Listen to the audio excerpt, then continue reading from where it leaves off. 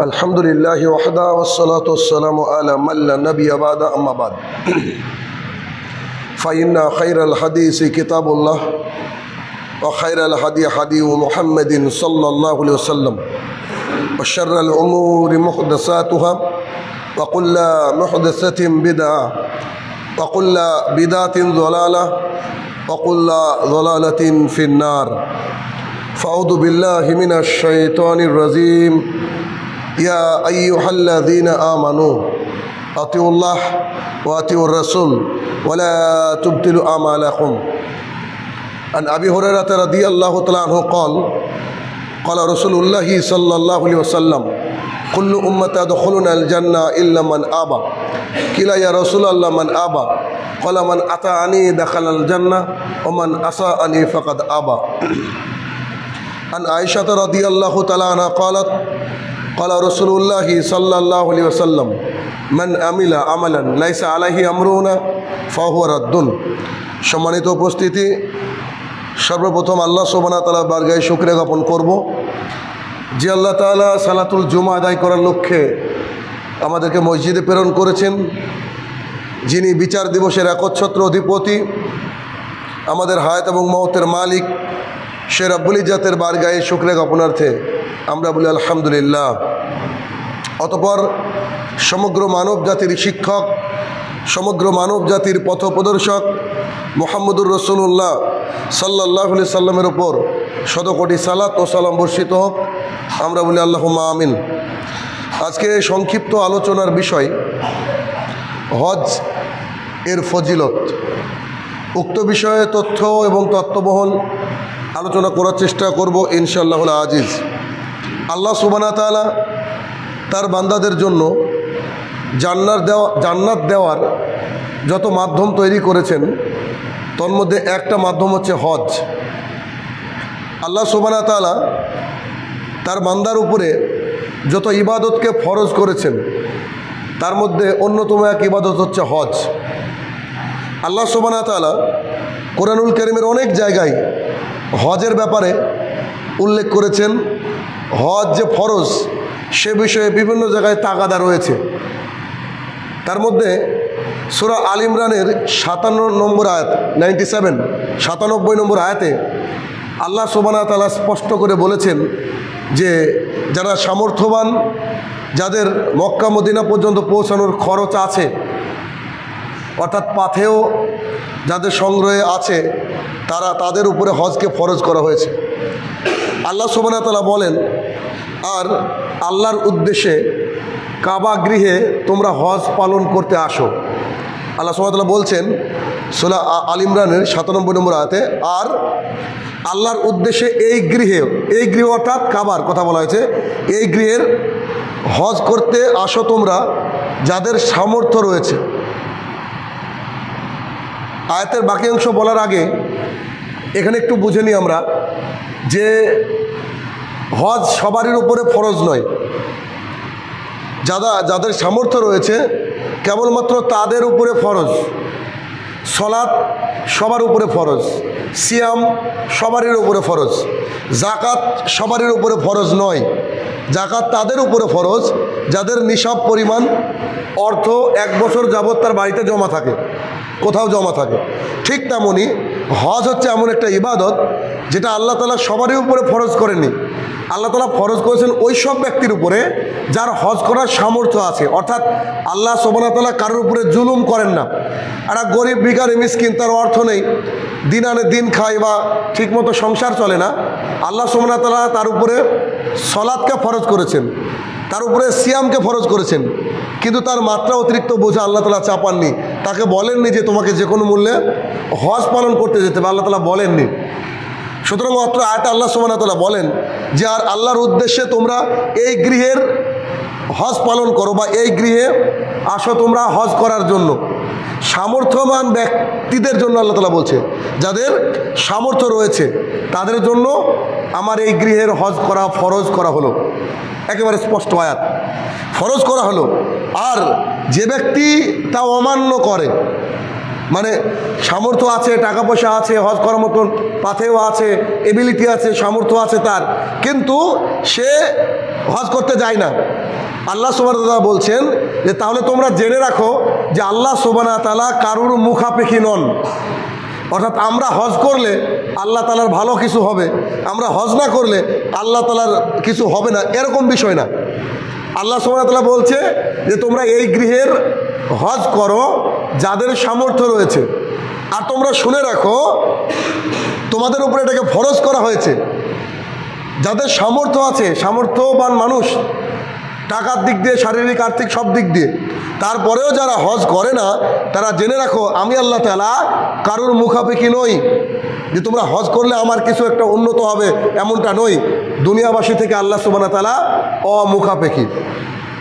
আল ইমরান 3 নম্বর সূরার 97 নম্বর আয়াতে আল্লাহ সুবহানাহু ওয়া তাআলা একেবারে স্পষ্ট করে বলে দিলেন যে হজ মুসলমানদের জন্য ফরজ করা হয়েছে এবং শর্ত একটা, যাদের সামর্থ্য রয়েছে।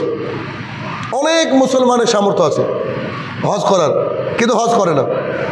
অনেক মুসলমান আছে গোটা বিশ্ব জুড়ে যাদের হজ করার সামর্থ্য রয়েছে, কিন্তু ব্যবসাকে বাড়ায়, বিল্ডিংকে বাড়ায়, জমি জমা কিনে ইত্যাদি, মানে এইসব কাজে ব্যস্ত, কিন্তু তারা হজ করে না।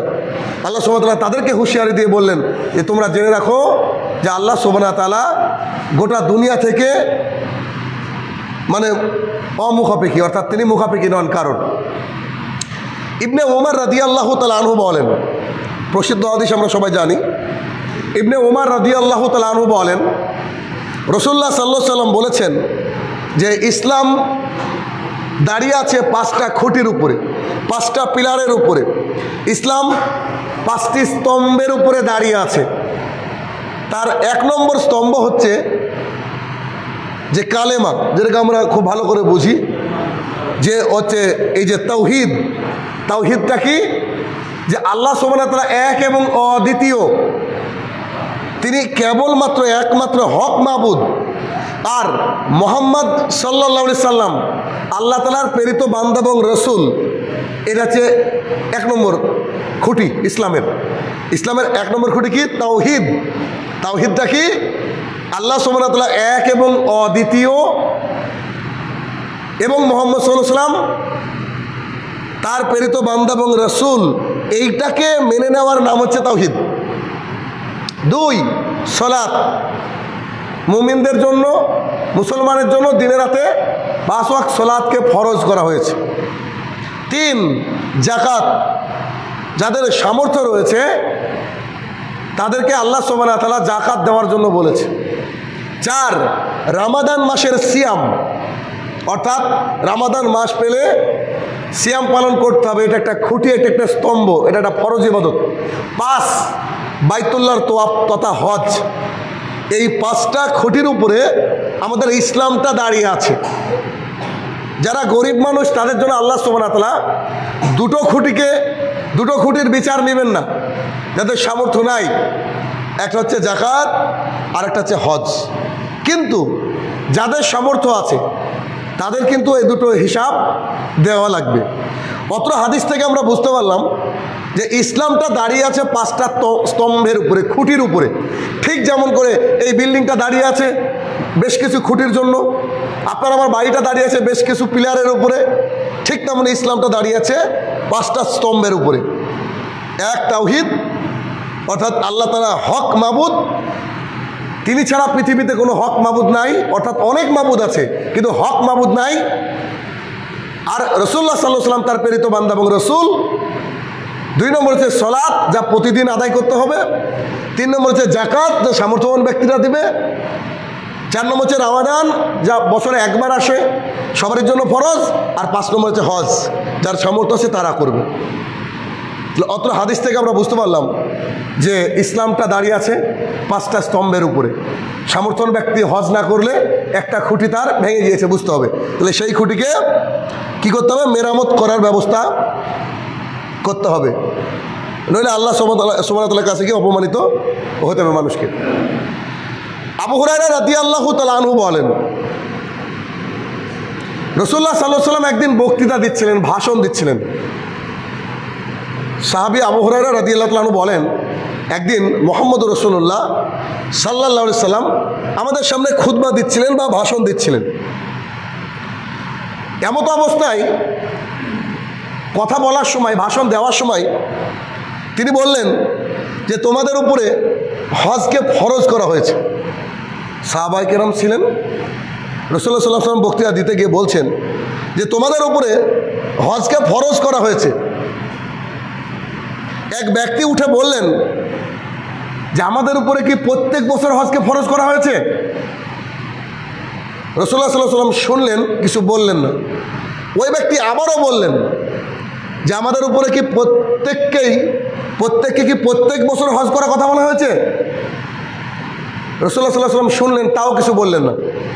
আবারও তিনি রিপিট করলেন যে যেমন প্রত্যেক বছর আমাদের রমজান আমাদেরকে পালন করতে হবে ফরজ, তেমন কি আমাদের সামর্থ্যবান ব্যক্তিদের উপরে প্রত্যেক বছরে কি হজ করতে হবে? তিনবার যখন তিনি প্রশ্ন করলেন, রাসূলুল্লাহ সাল্লাল্লাহু আলাইহি ওয়াসাল্লাম তাকে বললেন যে শোনো, আল্লাহ সুবহানাহু ওয়া তাআলা তোমাদের উপরে হজকে ফরজ করেছে, আমি মুহাম্মদ সাল্লাল্লাহু আলাইহি ওয়াসাল্লাম তোমাদের কাছে বাক্যটা পৌঁছে দিয়েছি। অতএব আমি যখন যতটুকু ইবাদত করতে বলবো অতটুকু ইবাদত করবা। আমি যদি তোমাকে বলে দিতাম যে হ্যাঁ আল্লাহ তাআলা প্রত্যেক বছর হজকে ফরজ করেছেন, তাহলে কিন্তু আমার জাতির জন্য প্রত্যেক বছর হজ ওয়াজিব হয়ে যেত, আর তা তোমরা অনেকেই পারত না, তা তোমাদেরকে যে বোঝা হয়ে যেত। অতএব নবী যখন কোনো কথা বলবে যতটুকু বুঝছো অতটুকু আমল করো, তাকে বারবার প্রশ্ন করো না। আর এই প্রশ্ন করার কারণে আর নবীকে না মানার কারণে তোমাদের পূর্বপুরুষেরা ধ্বংস হয়ে গেছে। খুব গুরুত্বপূর্ণ হাদিস। আবু হুরায়রা রাদিয়াল্লাহু তাআলা আনহু বলেন যে রাসূলুল্লাহ সাল্লাল্লাহু আলাইহি ওয়াসাল্লাম আমাদের সামনে বক্তৃতা করছিলেন, এমতো অবস্থায় বলছে তোমাদের উপরে হজ ফরজ, যার সামর্থ্য আছে তারা তোমরা হজ করো। একজন ব্যক্তি বারবার করে বলতে লাগলেন, তিনবার বললেন যে প্রত্যেক বছর করতে হবে, যাদের সামর্থ্য আছে প্রত্যেক বছর করতে হবে, ঠিক যেমন করে যাকাত দিতে হয় প্রত্যেক বছর, আমাদেরকে কি প্রত্যেক বছর করতে হবে? রাসূলুল্লাহ সাল্লাল্লাহু আলাইহি ওয়াসাল্লাম চুপ থেকে তিনবারের পর বললেন যে শোনো, নবী তোমাদেরকে যা আদেশ দেয় তা করো, কারণ আমি যদি এখন বলতাম হ্যাঁ করতে হবে, তাহলে তোমাদের উপরে ওয়াজিব হয়ে যেত, প্রত্যেক বছর তোমাদেরকে হজ করতে হতো। তোমাদের পূর্ববর্তী উম্মত ধ্বংস হয়েছে শুধুমাত্র অবান্তর বারবার করে প্রশ্ন করার কারণে আর নবীকে না মানার কারণে। তার মানে আপনার যতটুকু জানার প্রয়োজন ঠিক অতটুকু প্রশ্ন করবেন, বাইরে প্রশ্ন করার প্রয়োজন নাই। কেননা বেশি প্রশ্ন করা এটা ইমানদার মুমিনের কাজ নয়। রাসূলুল্লাহ সাল্লাল্লাহু আলাইহি ওয়াসাল্লামের অত হাদিস থেকে প্রমাণ। আর এই হাদিস থেকে প্রমাণ হয়ে গেল যে পৃথিবীর মানুষের উপরে 1 বছরের হজ ফরজ। সারা জীবনে মানুষ যদি হজ করে একবারই তার জন্য যথেষ্ট, ফরজ ইবাদত হয়ে গেল। কিন্তু কেউ যদি চায় যে আমার টাকা আছে, সামর্থ্য আছে, আমি বারবার উমরা করব, হজ করব, সে করতে পারে, তার জন্য নফল হবে, কিন্তু তার উপরে ওয়াজিব বা ফরজ নয় যে বারবার করুক। কিন্তু সে ব্যক্তির উপরে একবার হজ ফরজ। 2 নম্বর পয়েন্ট হাদিস থেকে যে রাসূলুল্লাহ সাল্লাল্লাহু আলাইহি ওয়াসাল্লাম ভালোবাসতেন অনেক ইবাদতই, কিন্তু সেইগুলো যদি মানুষকে বলতেন তাহলে সেগুলো হয়তো আল্লাহ তাআলা ফরজ বা ওয়াজিব করে দিতেন, মানুষের জন্য খুব কষ্টকর হয়ে যেত। ঠিক তেমন করে যে আমরা রমাদানে একটা হাদিস শুনেছিলাম যে রাসূলুল্লাহ সাল্লাল্লাহু আলাইহি ওয়াসাল্লাম 3 দিন তারাবির সালাত আদায় করেছিলেন। এত ভালো লাগলো আল্লাহ সুবহানাহু ওয়া তাআলা তারাবির সালাতকে। আল্লাহ যদি পরের দিন বেরোতেন হয়তো আল্লাহ তাআলা আমাদের উপরে ফরজ করে দিতেন, তাহলে আমাদের কত কষ্ট হতো হয়তো অনেকেরই। তাই রাসূলুল্লাহ সাল্লাল্লাহু আলাইহি ওয়াসাল্লাম যে যতটুকু বলেছে অতটুকুভাবে আমাদেরকে আমল করতে হবে, এটাই অত্র হাদিস থেকে আমরা শিক্ষা পেয়ে গেলাম। অতএব আমাদের উচিত যে রাসূলুল্লাহ সাল্লাল্লাহু আলাইহি ওয়াসাল্লাম আমাদেরকে যা বলেছে অতটুকু। তাহলে অত্র হাদিস থেকে হজ ফরজ হওয়ার দলিল পেলাম, আর কোরআনের 3 নম্বর সূরা 97 নম্বর আয়াত থেকে হজ ফরজ হওয়ার আমরা দলিল পেয়ে গেলাম। কাদের উপরে? যাদের সামর্থ্য রয়েছে। কি সামর্থ্য? মক্কা মদিনা পর্যন্ত যাওয়ার ভাড়া বা হজের যে প্যাকেজ, উমরার যে প্যাকেজ, এইটা করার যাদের টাকা সামর্থ্য রয়েছে, হজের প্যাকেজ, তাদের উপরে হজ ফরজ। আচ্ছা, আবু সাঈদ খুদরি রাদিয়াল্লাহু তাআলা আনহু বলেন যে রাসূলুল্লাহ সাল্লাল্লাহু আলাইহি ওয়াসাল্লাম বলেছেন, আবু সাঈদ খুদরি রাদিয়াল্লাহু তাআলা আনহু বলেন রাসূলুল্লাহ সাল্লাল্লাহু আলাইহি ওয়াসাল্লাম বলেছেন, ইয়াজুজ মাজুজ এরা যখন বেরিয়ে পড়বে, ইয়াজুজ মাজুজ এরা যখন বেরিয়ে পড়বে, তারপরেও কাবা গৃহের হজ জারি থাকবে। ভেঙে বলছি পরে। রাসূলুল্লাহ সাল্লাল্লাহু আলাইহি ওয়াসাল্লাম বলছেন ইয়াজুজ মাজুজ যখন বেরিয়ে পড়বে, তারপরেও কাবা গিয়ে কি হবে, হজ তখনও চালু থাকবে, হজ এবং উমরা চালু থাকবে। হজ এবং উমরা ততদিন চালু থাকবে যতদিন না আল্লাহ সুবহানাহু ওয়া তাআলা কিয়ামত ঘটাচ্ছে। অত্র হাদিস থেকে আমরা বুঝতে পারি ইয়াজুজ মাজুজ একটা দেওয়ালের মধ্যে বন্দি আছে, একটা জাতি, একটা কম। তো তারা প্রতিদিন তাদের জিভ দিয়ে চেটে চেটে দেওয়ালটাকে একেবারে পাতলা করে ফেলে। ঠিক যে মুহূর্তে আরেকটু আসলেই হয়তো বেরিয়ে আসতে পারে, সেই মুহূর্তে তারা আবার ফিরে যায়, মনে হয় আর পারবো না এইভাবে। এরকম করে প্রতিদিন তারা বন্দি আছে। তারা খুব খতরনাক জাতি, ভয়াবহ জাতি। তারা যখন বেরিয়ে আসবে জলে স্থলে কাউকে কোথাও রাখবে না, এত হত্যাকাণ্ড হবে। তারা মানুষকে তো মারবে, পৃথিবীর মানুষ মানে পশুপাত সব মারবে, এমনকি আকাশের দিকেও তীর ছুড়বে। তারা এত তীর ছুড়বে, এত কিছু করবে, তাদের তীর দিয়ে মানুষ 7 বছর 8 বছর জ্বালানি করতে পারে। তারা এত খতরনাক ভয়াবহ জাতি এই ইয়াজুজ মাজুজ। তারা বেরোবে এক সময় কিয়ামতের পূর্বে। তো যখন বেরোবে তখন এই আবহাওয়াটা ভয়াবহ পরিস্থিতি হবে, তখন এর পরিবেশটা হবে খুব ভয়ানক। তার মানে রাসূলুল্লাহ সাল্লাল্লাহু আলাইহি ওয়াসাল্লাম এই হাদিসের মাধ্যমে বলতে চাইলেন, যখন ভয়াবহ পরিস্থিতি হবে পৃথিবীতে তখনও হজ উমরা চলবে। যখন আল্লাহর জমিনে কি হবে, ভয়াবহ পরিস্থিতি হবে, তখনও হজ উমরা চলবে। যেদিন হজ উমরা বন্ধ হয়ে যাবে সেদিন আল্লাহ সুবহানাহু ওয়া তাআলা কিয়ামত সংগঠিত করবে।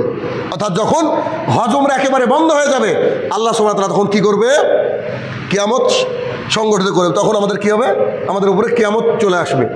তার মানে হজ এমন একটা ইবাদত, পৃথিবী যখন বিপর্যস্ত, একেবারে ভয়াবহ পরিস্থিতি, তখনও পৃথিবীর বুকে আল্লাহর ঘরের তোয়াফ চলবে। পৃথিবীর বুকে আল্লাহর ঘরের তোয়াফ চলবে, হজ এবং উমরা এ দুটো চলবে। কত গুরুত্ব চিন্তা করেন।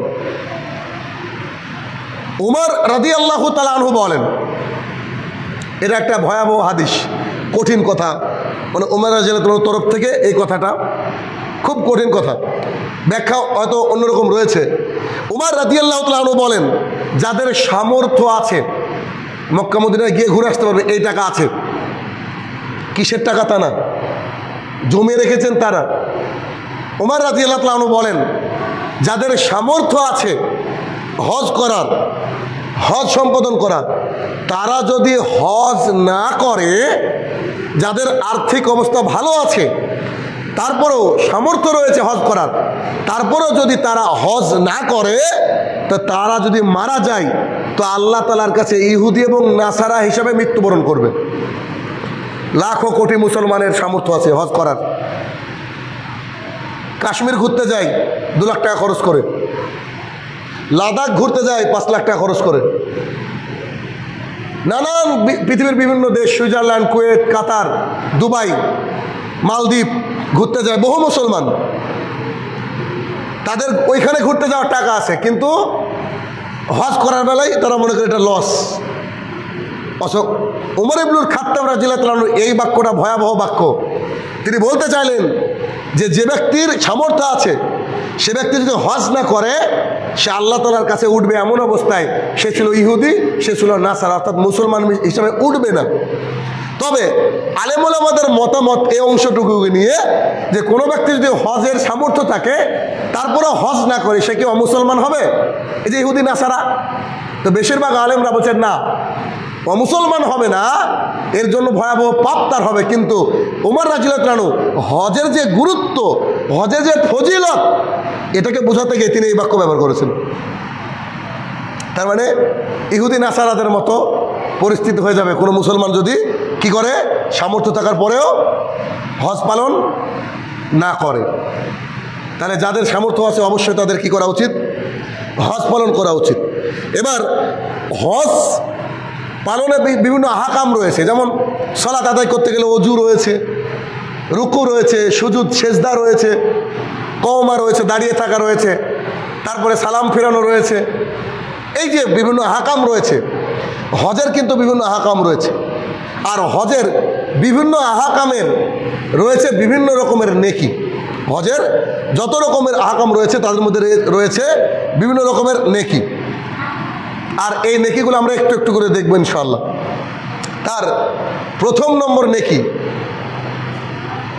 হজ পালনকারী যে হজে মাবরুর করবে, অর্থাৎ যার হজ কবুল হয়ে যাবে, সেই ব্যক্তি সদ্য ভূমিষ্ঠ নবজাতকের মতো। নবজাতক মানে এখন একটা বাচ্চা হলো, এই বাচ্চার সাগিরা কাবিরা প্রকাশ্য গোপন কোনো পাপ নাই। মায়ের পেট থেকে একটা বাচ্চা হলো, এখন বাড়িতে হোক আর হসপিটালে, এখন যদি হয়ে মারা যায় তো ডাইরেক্ট জান্নাত। কেন? ওর হিসাবই তো নাই, পাপই নাই কোনো, না গোপন পাপ না প্রকাশ্য পাপ। তো কোনো ব্যক্তি যদি হজ করে আর হজ যদি আল্লাহর কাছে কবুল হয়ে যায়, হজে মাবরুর হয়ে যায়, কবুল হয়ে যায়, তাহলে সেই ব্যক্তি সদ্য জন্মানো নিষ্পাপ শিশুর মতো। দলিল আবু হুরায়রা রাদিয়াল্লাহু তাআলা আনহু বলেন, রাসূলুল্লাহ সাল্লাল্লাহু আলাইহি সাল্লাম বলেছেন যে যারা হজ পালন করে, যারা হজ পালন করে তারা হচ্ছে, বা যাদের হজটা কবুলিয়াত হয়ে যায়, কবুল হয়ে যায়, তারা হচ্ছে ওই বাচ্চার মতো যে মা তাকে সদ্য এখনই প্রসব করলো বা যেদিন প্রসব করেছিল সেই দিনের ওই বাচ্চার যে স্ট্যাটাস, ওই বাচ্চার যা পরিস্থিতি, ওই ব্যক্তির সেই পরিস্থিতি যে ব্যক্তি হজ পালন করলো আল্লাহর জন্য। আর শর্ত হচ্ছে হজ পালন করার সময় সে কোনো অশ্লীলতায় লিপ্ত হলো না, অশ্লীলতা কোনো কথা বললো না, আজে বাজে কোনো কিছু করলো না, হজের আহকামগুলোকে পালন করলো। সেই ব্যক্তি ওই মায়ের সন্তানের মতো যে মা সদ্য এখনই একটা বাচ্চা আল্লাহর জমিনে জন্ম দিয়েছে। তার মানে সবারই ভাগ্যে তো জুটে না এটা। আমরা সন্তান সন্ততি, আমাদের ব্যাংক ব্যালেন্স ইত্যাদি করার জন্য কত পাগল, কত ব্যস্ত, অথচ বুদ্ধিমান মানুষ হলে কি করবে? হজ অথবা উমরা করবে। কেন? হজ যদি একবার কবুল হয়ে যায় তাহলে জান্নাত, আর কোনো রাস্তায় নাই দ্বিতীয়। তাহলে আমরা যতই আমাদের সন্তানের জন্য, পরিবেশ পরিস্থিতি, আত্মীয় স্বজনের জন্য কোটি কোটি টাকা রেখে যাই, এগুলো আমার কাজে লাগতেও পারে আবার নাও লাগতে পারে, কিন্তু একবার ভাবা যায় কি যে হজ যে ব্যক্তি পালন করবে আর যদি কবুল হয়ে যায় তাহলে কিন্তু বিনা হিসেবে জান্নাত। হিসাব বলছে এটাই। কেন? সদ্য বাচ্চার তো কোনো পাপ নাই, ঠিক তেমনই এদেরও পাপ হবে না যাদের হজ কবুল হয়ে যায়। অলরেডি এখন হাজিরা যাচ্ছে আলহামদুলিল্লাহ। এ তো গত কালকে না পরশু বোধহয় প্রথম ফ্লাইট গিয়েছে ভারতবর্ষ থেকে যারা হজ করতে গিয়েছে। এখন তো হজ অনেকটাই সহজ, আল্লাহ সুবহানাহু ওয়া তাআলার রহমত এখন করেছে মানুষ। আস্থা, এটা হচ্ছে একটা পয়েন্ট গেল, হজের একটা পয়েন্ট, যে হজ করলে একেবারে বাচ্চার মতো হয়ে যায় ওই বাচ্চা যে বাচ্চা এখন জন্মগ্রহণ করলো। 2 নম্বর, হজের প্রতিদান। এই যে আমরা সালাত আদায় করতে আসলাম, সালাতের প্রতিদান আছে তো, কিছু একটা দিবে আল্লাহ। আজকে যদি আমরা 5 ওয়াক্ত নামাজ পড়ি, আল্লাহ তাআলা বলছে তোমাদেরকে আমি 50 ওয়াক্তের নেকি দিব। তো হজের প্রতিদান হচ্ছে কেবল জান্নাত। 2 নম্বর পয়েন্ট কি? হজের প্রতিদান কি? শুধুমাত্রই জান্নাত, আর দ্বিতীয় কোনো রাস্তা নাই। দলিল আবু হুরায়রা রাদিয়াল্লাহু তাআলা আনহু বলেন যে রাসূলুল্লাহ সাল্লাল্লাহু আলাইহি ওয়াসাল্লাম বলেছেন, হজের একমাত্র, কেবলমাত্র, শুধুমাত্র একটাই নেকি আল্লাহর কাছে, আর তা কি? জান্নাত। অর্থাৎ কোনো ব্যক্তি যদি উমরা করে এবং হজ করে, এক হজ থেকে অপর হজ, এক উমরা থেকে অপর উমরা, এখানে একটু ভেঙে বলি কথাটা। রাসূলুল্লাহ সাল্লাল্লাহু আলাইহি ওয়াসাল্লাম বলছে হজের একমাত্র নেকি হচ্ছে কি? জান্নাত। কোনো ব্যক্তি যদি উমরা করে আল্লাহর জন্য, কোনো ব্যক্তি যদি হজ করে আল্লাহর জন্য, তাহলে এক উমরা থেকে আর এক উমরা পর্যন্ত ভেতরে যত সাগিরা গুনাহ আছে আল্লাহ তাআলা সব ক্ষমা করে দেন। আর হজ যদি কেউ করে, হজে মাবরুর হয়ে যায়, অর্থাৎ হজটা কবুল হয়ে যায়, তার বিনিময় হচ্ছে জান্নাত। তাহলে দুটোর পয়েন্ট, এক হচ্ছে উমরা, এক উমরা থেকে আর এক উমরা কি? এক উমরা থেকে আর এক উমরা ভেতরে যে গুনাহ সবগুলাকে ক্ষমা করে দেয়। আর একবার হজ করলে আল্লাহ সুবহানাহু ওয়া তাআলা তাকে বাচ্চা শিশুর মতো করে দেয় যদি তার হজটা কবুল হয়ে যায়। রাসূলুল্লাহ সাল্লাল্লাহু আলাইহি ওয়াসাল্লাম জীবনে 4 বার উমরা করেছিলেন। হাজিদের সুযোগ থাকে, যারা সৌদি আরবের লোক তাদের সুযোগ থাকে, যারা কাজ করতে যায় তাদেরও সুযোগ থাকে। 3 নম্বর পয়েন্ট যেটা বলবো সেটা হচ্ছে হাজিদের সম্মান। হাজিদের সম্মান কি? আল্লাহ তাআলার কাছে হাজিদের সম্মান কি? যারা হজ করতে যায় তারা হজ অবস্থায় থাকা অবস্থায় তাদের সম্মানটা কি আল্লাহ সুবহানাহু ওয়া তাআলা কি আমাদেরকে জানিয়েছেন রাসূলুল্লাহ সাল্লাল্লাহু আলাইহি ওয়াসাল্লামের মাধ্যমে সেটা দেখব। সাহল ইবনে সাদ রাদিয়াল্লাহু তাআলা আনহু বলেন, রাসূলুল্লাহ সাল্লাল্লাহু আলাইহি ওয়াসাল্লাম বলেছেন, যখন কোনো মুসলিম হাজি, আশ্চর্য হাদিস, যখন কোনো মুসলিম হাজি হজ করতে গিয়ে তালবিয়া পাঠ করে, তালবিয়া তো আমরা সবাই জানি, ওই যে হজ করতে গিয়ে যে ই করা হয়, লাব্বাইক আল্লাহুম্মা লাব্বাইক, লাব্বাইক লা শারিকা লাকা লাব্বাইক, এই যে হজের সময় প্রত্যেকটা মানুষের মুখে একবারে পুরো গোটা মক্কা মদিনা সব একদম ভরে যায় এই যে তালবিয়া, এটাকে বলে তালবিয়া। সাহল ইবনে সাদ রাদিয়াল্লাহু তাআলা আনহু বলেন, রাসূলুল্লাহ সাল্লাল্লাহু আলাইহি ওয়াসাল্লাম বলেছেন, হাজিরা যখন তালবিয়া পাঠ করতে থাকে, তাদের আশেপাশে থাকা পাথর, তাদের আশেপাশে থাকা বৃক্ষ গাছপালা সবাই মিলে হাজিদের সম্মানার্থে, হাজিদের ভালোবাসায় সবাই তারা কি করতে থাকে, তালবিয়া পাঠ করতে থাকে। সুবহানাল্লাহ বিহামদি। তার মানে পাথর আর গাছ যখন হাজিদের তালবিয়া শুনে, আল্লাহুম্মা লাব্বাইক এইটা ঈশ্বরটা শুনে, তখন ওই মক্কা মদিনার পাথর যার পাশে হাজিরা দাঁড়িয়ে দাঁড়িয়ে বসে বসে তালবিয়া পাঠ করে, পাথররাও জোরে জোরে কি করতে থাকে, তালবিয়া পাঠ করতে থাকে। কারণ এই হাদিস তো শুনেছেন আপনারা যে রাসূলুল্লাহ সাল্লাল্লাহু আলাইহি ওয়াসাল্লাম এই মানে মুহাম্মদ সাল্লাল্লাহু আলাইহি ওয়াসাল্লামকে আল্লাহ সুবহানাহু ওয়া তাআলা এমন একটা মুজিজা দেখিয়েছিলেন যে পাথরও তার সাথে কথা বলেছে। এমন একটা সময় আসবে, গাছ, ইহুদিরা ওই গাছের পিছনে লুকিয়ে থাকবে, পাথর আর গাছ মানে মুসলমানদেরকে ডেকে ডেকে বলবে যে হচ্ছে ইহুদি, এদেরকে মারো। তো এই যে বিষয়, তেমনই এই সাহল ইবনে সাদ রাদিয়াল্লাহু আনহু থেকে বর্ণিত হাদিস থেকে আমরা কি পেলাম, যে হাজিরা যখন তালবিয়া পাঠ করে, তাদের ভালোবাসায় পাথর এবং গাছগুলা সবাই কি করে, তালবিয়া পাঠ করে। শুধু আশেপাশের না, তালবিয়া পাঠ করতে করতে করতে গোটা পৃথিবীর এই প্রান্ত আর এই প্রান্ত, মানে যেখানে পাঠ করে তার ডান বাম এই গোটা প্রান্ত জুড়ে, গোটা পৃথিবী জুড়ে সমস্ত বৃক্ষ, সমস্ত পাথররা কি করে, তালবিয়া পাঠ করতে থাকে। অতএব হজের রয়েছে প্রচুর ফজিলত, যা আপনারা আমার ভাবনারও বাইরে। আল্লাহ সুবহানাহু ওয়া তাআলা আমাদের যাদের সামর্থ্য রয়েছে আমাদেরকে হজ উমরা করার তৌফিক আদা করুক, আল্লাহুম্মা আমিন।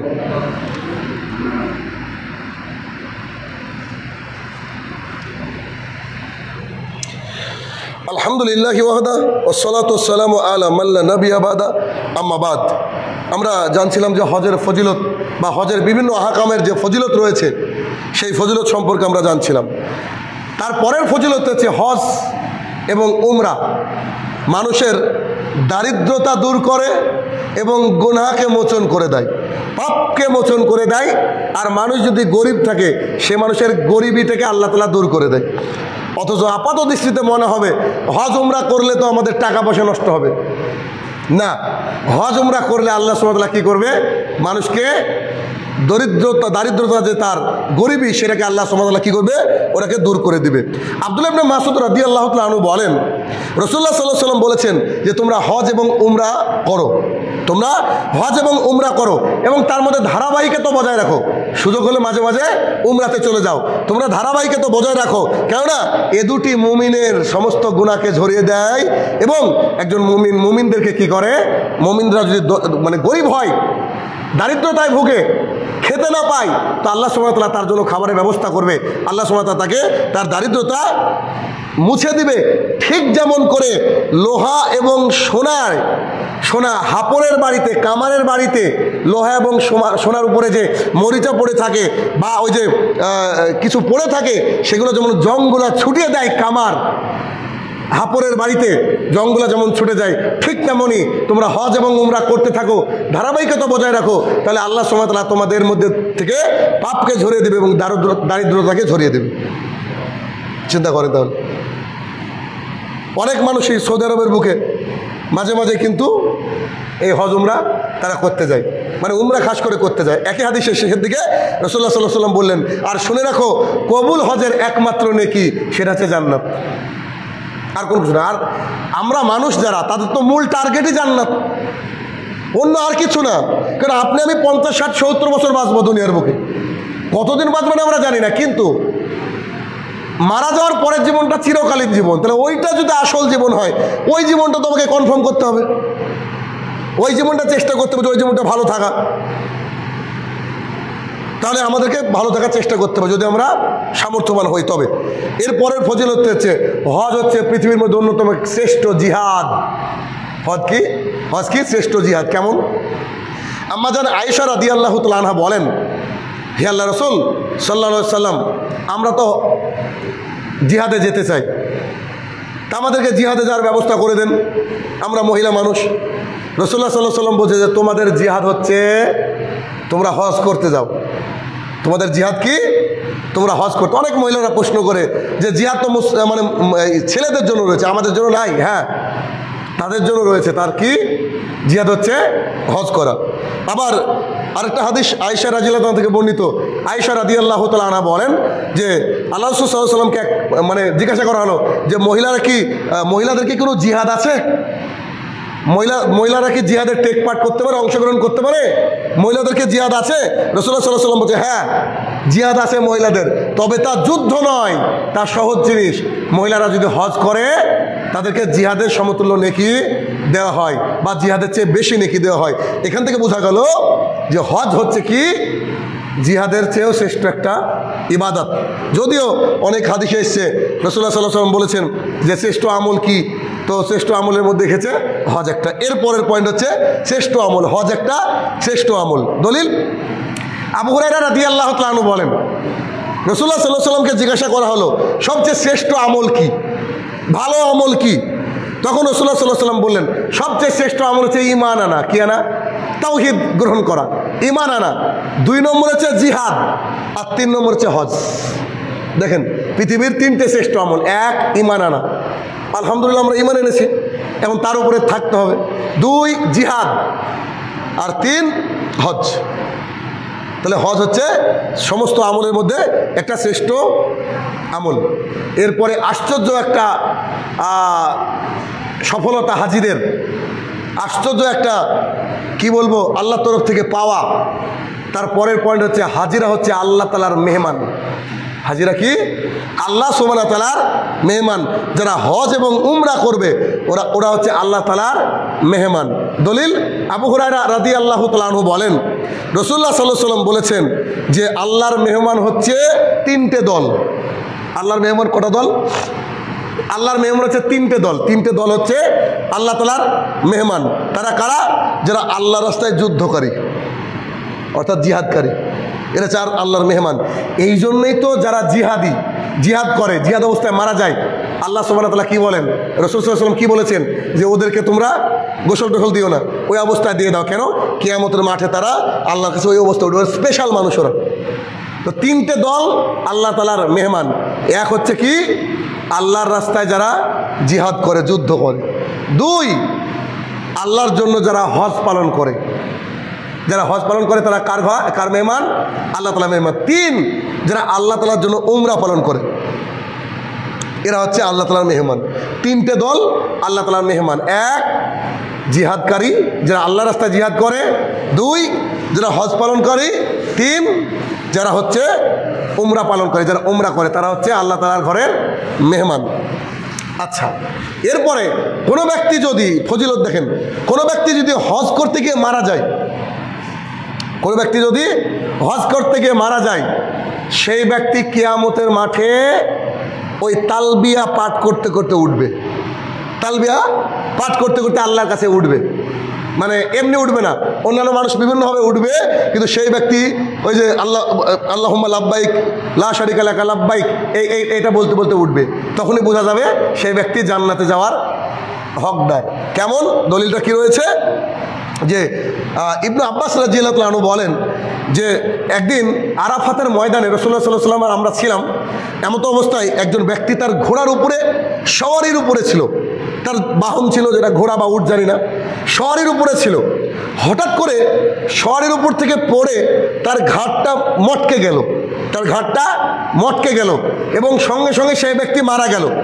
রাসূলুল্লাহ সাল্লাল্লাহু আলাইহি ওয়াসাল্লাম বলছেন যে একে তোমরা বড়ই পানি দিয়ে গোসল করাও, বোর গাছের পাতার পানি দিয়ে, পানি সহ মানে গরম পানি করো হালকা করে, সেটা তার মধ্যে বড়ই পাতা দিয়ে দাও, দিয়ে তারপরে এটাকে গোসল করাও। একে গোসল করার পরে তাকে কাফন দেওয়ার সময় তার মুখটাকে বেঁধো না, তার মুখটাকে উন্মুক্ত রাখো, তার মুখটাকে কি করো, খুলে রাখো। কেননা হজ পালনকারী, উমরা পালনকারী কিয়ামতের অবস্থায় যখন আল্লাহ তাআলার কাছে উঠবে, তখন তার মুখের মধ্য থেকে এই আল্লাহ সুবহানাহু ওয়া তাআলা যে তালবিয়া, এই তালবিয়া পড়তে পড়তে কিয়ামতের মাঠে আল্লাহ সুবহানাহু ওয়া তাআলার দরবারে উত্থিত হবে।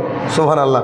তাহলে যে ব্যক্তি হজ বা উমরা করতে গিয়ে মারা যায়, খাস করে হজ করতে গিয়ে, সেই ব্যক্তি কিয়ামতের মাঠে আল্লাহ তাআলার কাছে কি করবে, তালবিয়া পাঠ করতে করতে আল্লাহ সুবহানাহু ওয়া তাআলার কাছে উঠবে কিয়ামতের মাঠে।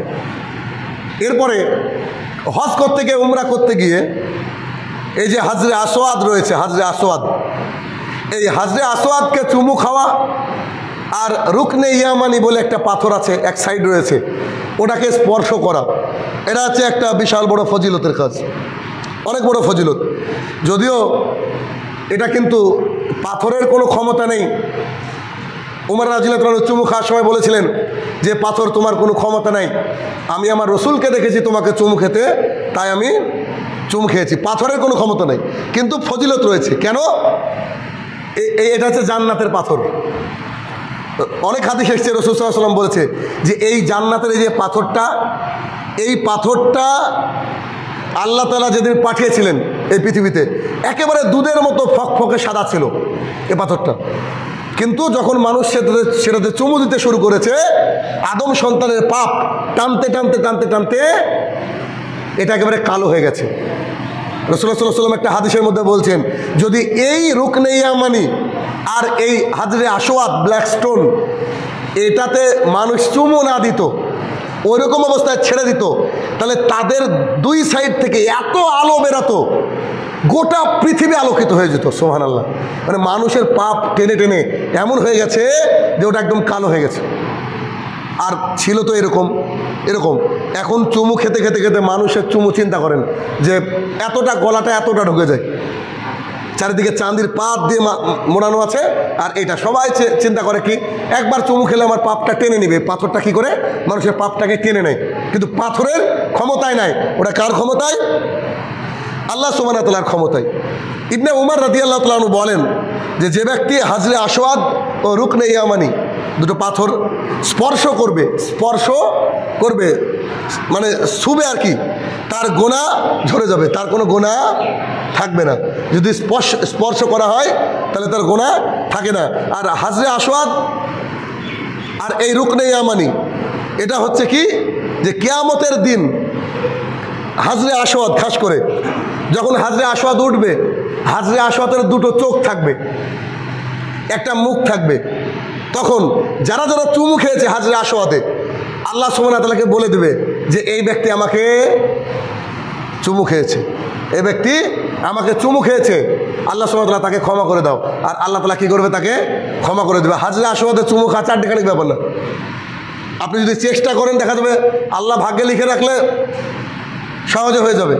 আমি চুমু খেয়েছিলাম প্রায় 11 ঘন্টা পর, 11 ঘন্টা চেষ্টা করে তারপরে আল্লাহ তাআলা হয়তো খাওয়িয়েছিলেন আমাকে 11 ঘন্টা। আর আমার সাথে যতজন ছিল কেউ সুযোগ পায়নি, হয়তো আল্লাহ তাআলা করায়নি। খুবই কঠিন কাজ, মানে এত ভিড় থাকে ওই জায়গায়, মানে 2-4 জন পুলিশ কভার করতে পারে না মানুষকে। তারপরে আল্লাহ তাআলার ইচ্ছায় কেউ যদি চেষ্টা করে, আলহামদুলিল্লাহ আল্লাহ তাআলা হয়তো তাকে করিয়ে নিতে পারে। অতএব হাজরে আসওয়াদে কেউ যদি চুমু খায়, হাজরে আসওয়াদের চোখ মুখ হয়ে সেই দিন আল্লাহকে বলবে, আল্লাহ এই ব্যক্তিকে ক্ষমা করো। অতএব এই হজ আর হজের ফজিলত, উমরার ফজিলত আমরা জানলাম। হে আমার প্রতিপালক, আমরা যেন সবাই মিলে তোমার এই বাইতুল্লাহ তওয়াফ করতে পারি, আল্লাহ তুমি সেই সুযোগ আমাদেরকে করে দাও, আল্লাহুম্মা আমিন। আর যাদের সামর্থ্য আছে তারা যেন খুব তাড়াতাড়ি তোমার এই গৃহ পরিদর্শন করতে পারে, আল্লাহ তুমি সেই তৌফিক আদা করো, আল্লাহুম্মা আমিন। হে আমার প্রতিপালক, সবাইকে তোমার ঘর দেখার তৌফিক আদা করো, আল্লাহুম্মা আমিন। আর যাদের সামর্থ্য আছে, যারা এখনো যায়নি মাবুদ, তাদেরকে তুমি যাওয়ার জন্য মন মানসিকতা তৈরি করে দাও, আল্লাহুম্মা আমিন। যারা কবরের তলে শায়িত, জানি না কি হালে রয়েছে মাবুদ, তারা যদি ক্ষমার যোগ্য হয় তাকে তুমি ক্ষমা দান করো, আল্লাহুম্মা আমিন। যারা এখনো হারামের সাথে যুক্ত মাবুদ, হারাম থেকে যেন বেরিয়ে আসতে পারে আল্লাহ, তাদেরকে তুমি সেই তৌফিক আদা করো, আল্লাহুম্মা আমিন। হে আমার প্রতিপালক, গোটা বিশ্ব আজকে এই খাস করে আমাদের বাংলাদেশ, পাকিস্তান, ভারতের আবহাওয়া খুব ভয়াবহ মাবুদ, আল্লাহুম্মা আগিজনা, আল্লাহুম্মা আগিজনা। হে আল্লাহ, তুমি আমাদেরকে বৃষ্টি প্রদান করো, সুশীতল করে দাও, আল্লাহুম্মা আমিন। হে আমার প্রতিপালক, আমরা যেন আগামী দিনের ভারতবর্ষে ভালোভাবে সাচ্চা মুসলমান হিসাবে এই পৃথিবীতে টিকে থাকতে পারি, ভারতবর্ষে টিকে থাকতে পারি, আল্লাহ তুমি সেই তৌফিক আদা করো, আল্লাহুম্মা আমিন।